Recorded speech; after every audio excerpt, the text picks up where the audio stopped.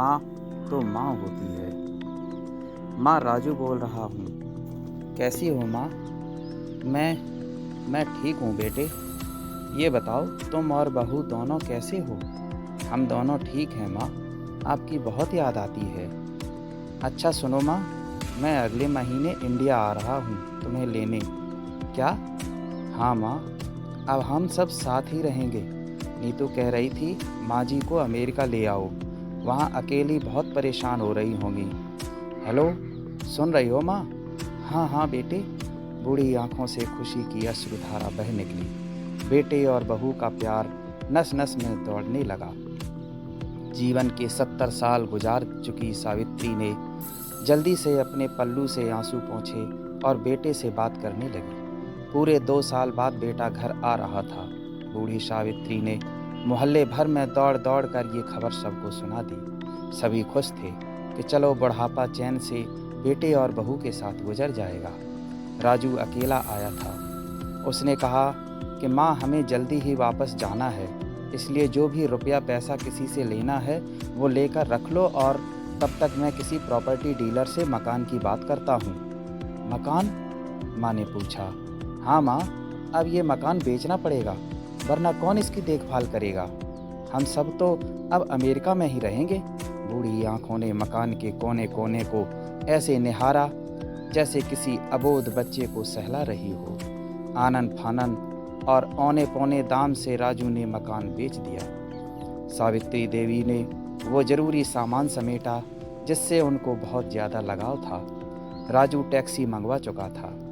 Airport पहुंचकर राजू ने कहा, माँ, तुम यहाँ बैठो, मैं अंदर जाकर सामान की जांच और बोर्डिंग और वीज़ा का काम निपटा लेता हूँ। ठीक है बेटे।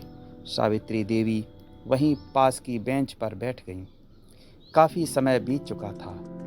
बाहर बैठी सावित्री देवी बार बार उस दरवाजे की तरफ देख रही थीं जिससे राजू गया था, लेकिन अभी तक बाहर नहीं आया।